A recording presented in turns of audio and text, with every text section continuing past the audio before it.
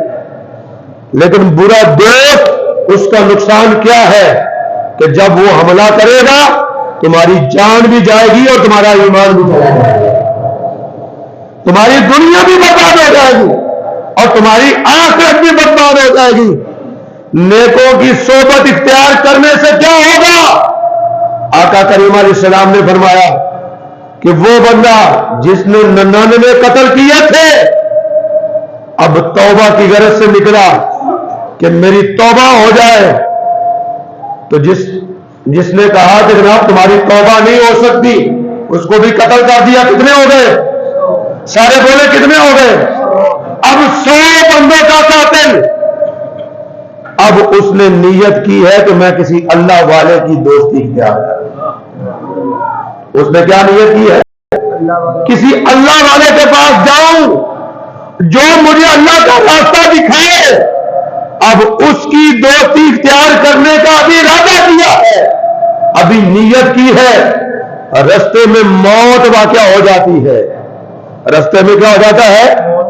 اب دیکھیں 100 آدمیوں کا قاتل، رستے میں موت واقع ہو گئی، صرف ارادہ کیا ہے کسی اللہ والے کے پاس جاؤں جو مجھے اللہ کا راستہ بتائے، جو مجھے نیکی کا راستہ دکھائے. رستے میں موت واقع ہو جاتی ہے. کئی مرتبہ آپ نے یہ واقعہ کریم آقا علیہ السلام نے فرمایا جہنم کے فرشتے بھی آ گئے، جنت کے فرشتے بھی آ گئے.